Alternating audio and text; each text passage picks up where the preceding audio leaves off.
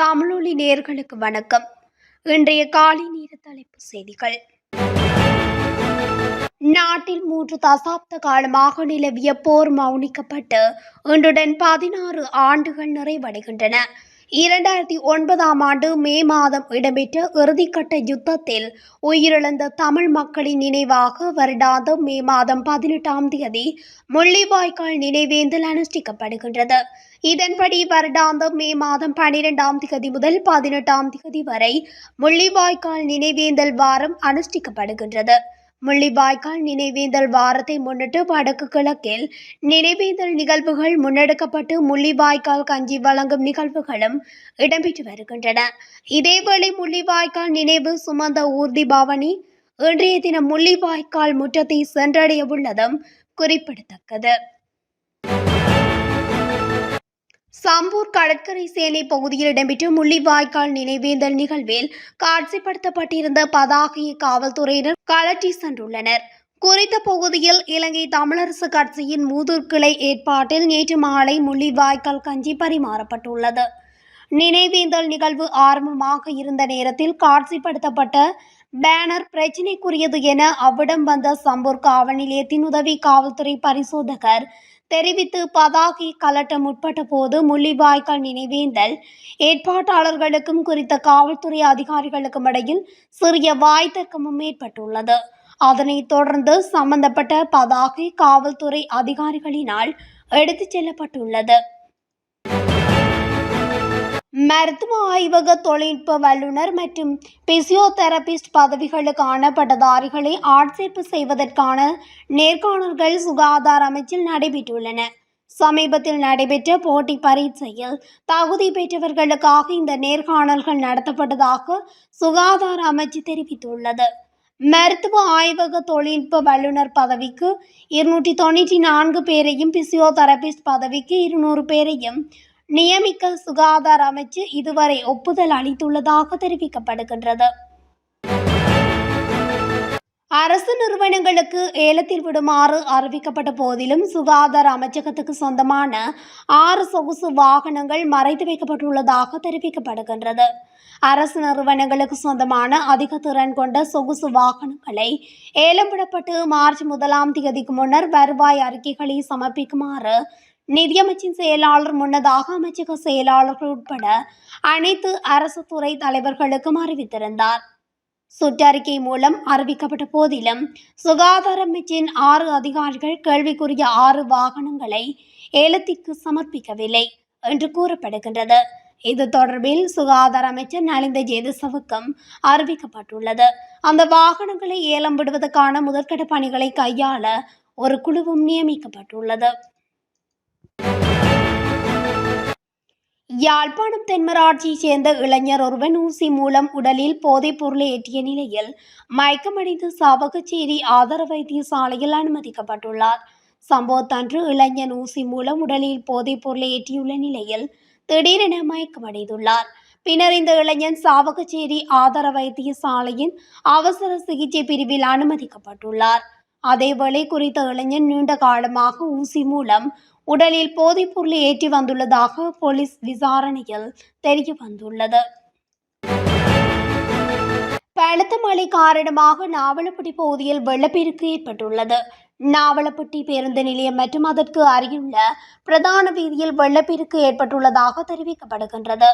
இதனால் நாவலப்பட்டி பகுதியில் போக்குவரத்து நடவடிக்கைகள் பாதிப்படைந்துள்ளதாக தெரிவிக்கப்பட்டுள்ளது. கொழும்பிலிருந்து ஹட்டன் சென்ற இலங்கை போக்குவரத்து சபைக்கு சொந்தமான பேருந்து ஒன்று காருடன் மோதி விபத்து இடம்பெற்றுள்ளது. நேற்று இடம்பெற்ற இந்த விபத்தில் கார் சாரதி படுகாயமடைந்துள்ள நிலையில் பேருந்தில் சென்ற பயணிகள் தெய்வாதீனமாக தப்பியுள்ளனர். இந்த விபத்து கினிகத்தை அருகேயுள்ள கித்துல்கல எனும் இடத்தில் இடம்பெற்றுள்ளதாக தெரிய வருகின்றது. காயமடைந்த காரின் சாரதி மருத்துவமனையில் அனுமதிக்கப்பட்டுள்ள நிலையில் மேலதிக விசாரணைகளை போலீசார் மேற்கொண்டு வருகின்றனர். அதேவேளை கடந்த நாட்களில் இலங்கையில் இடம்பெற்ற விபத்துகளில் 40க்கும் மேற்பட்டோர் உயிரிழந்துள்ளமை குறிப்பிடத்தக்கது. கொழும்பு மாவட்டம் முள்ளேரியா போலீஸ் பிரிவுக்கு உட்பட்ட அம்பத்தல வீதியில் அமைந்துள்ள கழனி கங்கையில் மிதந்த நிலையில் ஆணொருவர் சடலமாக மீட்கப்பட்டுள்ளார். குறித்த சடலம் வெள்ளிக்கிழமை மீட்கப்பட்டுள்ளது. சடலம் தொடர்பில் இதுவரை எந்தவித தகவல்களும் கிடைக்கவில்லை என்று முல்லேரியா போலீசார் தெரிவித்துள்ளனர். அத்துடன் சடலமானது அடையாளம் காண முடியாத அளவுக்கு சிதைவடைந்துள்ளது என்று போலீசார் குறிப்பிட்டுள்ளனர். இந்நிலையில் இது தொடர்பில் முல்லேரியா போலீசார் விசாரணைகளை மேற்கொண்டு வருகின்றனர். தம்பலகாமம் பிரதேச செயலக பகுதியில் பெய்த கனமழையுடனான காற்றினால் வீடுகளுக்கு சேதம் ஏற்பட்டுள்ளதாக மக்கள் தெரிவிக்கின்றனர்.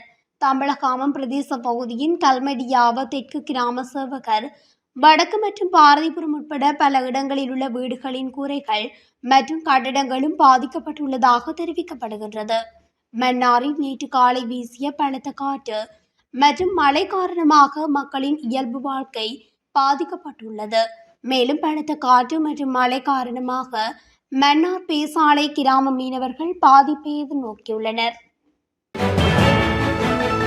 கெக்கிராவ நெகம அலிபங்குவ பகுதியில் நீர் நிரம்பிய குழிகள் விழுந்து 3.5 வயது குழந்தை உயிரிழந்துள்ளதாக காவல்துறையினர் தெரிவித்தனர். நேற்று மாலை தனது வீட்டுக்கு 200 மீட்டர் தொலைவில் உள்ள தனியார் காணியொன்றில் குழந்தை விளையாடிக் கொண்டிருந்த போது கழிவுகளை அகற்றுவதற்காக வெட்டப்பட்டிருந்த குழிக்குள் தவறி விழுந்துள்ளதாக விசாரணையில் தெரிய வந்துள்ளது. நீர் நிரம்பிய குழிக்குள் மூழ்கிய நிலையில் இருந்த குழந்தையை மீட்டு வைத்தியசாலைக்கு கொண்டு செல்லும் போது குழந்தை உயிரிழந்ததாக தெரிவிக்கப்படுகின்றது. சரீரம் நேகம்பக வைத்தியசாலையில் வைக்கப்பட்டுள்ளது.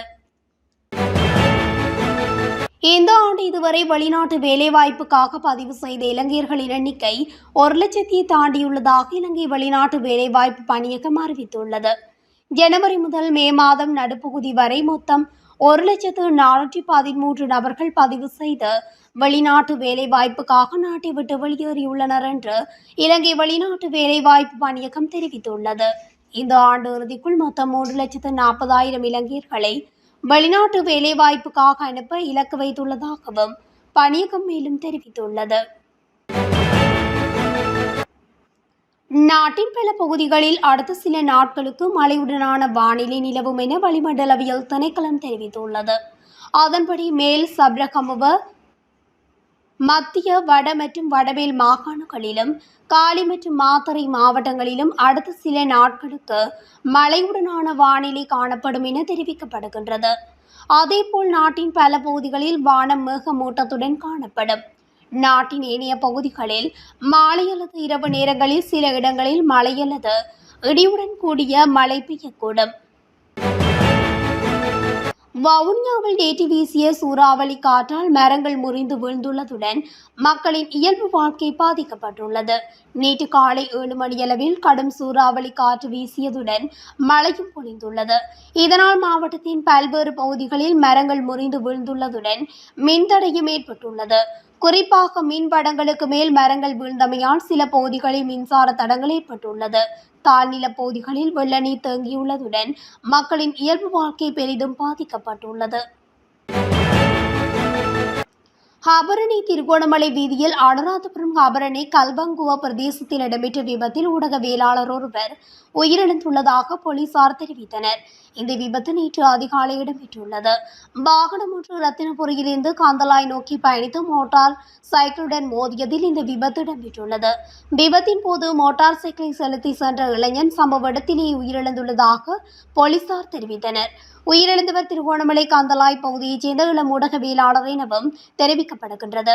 விபத்து ஏற்படுத்திய வாகனத்தின் சாரதி அங்கிருந்து தப்பிச் சென்ற நிலையில் விபத்து தொடர்பில் போலீசார் மேலதிக விசாரணைகளை மேற்கொண்டு வருகின்றனர். பொலனறுவையில் சம்பவித்த வீதி விபத்தில் ஒரே குடும்பத்தைச் சேர்ந்த 3 பேர் காயமடைந்த நிலையில் வைத்தியசாலையில் அனுமதிக்கப்பட்டுள்ளனர். அரளகங்வில தெக்கீத கண்டிய வீதியில் அழுதூயா பகுதியில் மோட்டார் சைக்கிள் மீது மரம் ஒன்று முறிந்து விழுந்துள்ளதில் 3 காயமடைந்துள்ளனர். காயமடைந்த ஒரே குடும்பத்தைச் சேர்ந்த தாய், தந்தை மற்றும் மகள் பொலனறுவை பொது மருத்துவமனையில் அனுமதிக்கப்பட்டுள்ளனர். காயமடைந்தவர்களின் நிலைமை மோசமாக இல்லை என்றும் மருத்துவமனை வட்டாரங்கள் தகவல் வெளியிடும். இத்துடன் தமிழொலியின் இன்றைய காலை நேர தலைப்பு செய்திகள் நிறைவடைகின்றன. தொடர்ச்சியாக செய்திகளை அறிந்து கொள்ள தமிழொலி ஊடகத்துடன் இணைந்திருங்கள். நன்றி, வணக்கம்.